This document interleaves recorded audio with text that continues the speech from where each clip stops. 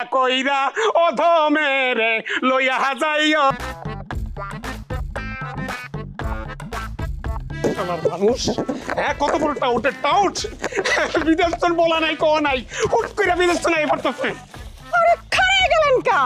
খারাই গেলাম কে আপনি বোঝেন না এই আমার কি তোকে বাড়ির ভিতরে যাওয়ার কথা রে দেখেন আপনি রাগ করেন না ভাইজান কতদিন পর বিদেশ থেকে আইছে এখন যদি আপনি রাগ করে বাইরে দাঁড়ায় থাকেন এইটা ভাইজানে জানলে কত কষ্ট পাইবো ভাইজান এই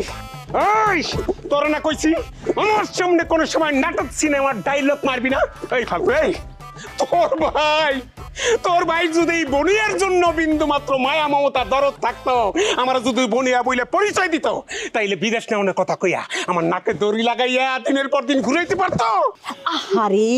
এই কথাটাই তো আপনি বাড়ির ভিতরে যাইয়া ভাইজানরে বুঝায় কইবেন তাহলে তো এখনো তো আপনার বিদেশ পাঠাইতে পারে আরে কথা শুনে তোমার পরাণ শীতল হয়ে গেল আমার কি ধারণা জানোস আমার ধারণা ফ্যামিলির লোকজনের মুখের কথা শুনলে ডোনাল্ড ট্রাম্প তার আমেরিকার শহরটা তখন আমি লেখা দিত ওই ফালতু যেই লোক আমারে বিদেশ থাকতেই নিল না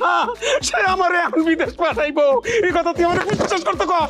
ওরে আল্লাহ রে আমি কারে কি বুঝাইতেছি আরে আপনি এই কথাটাই ভাইজানের সামনে যাইয়া বাড়ির ভিতরে বলবেন ভাইজানে কোনো না কোনো একটা ব্যবস্থা করবে খালি হাতে ভাইজান ফিরাই দিব না আপনারে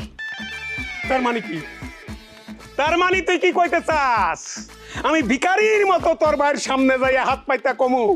দানকারীদের মাথা পিতা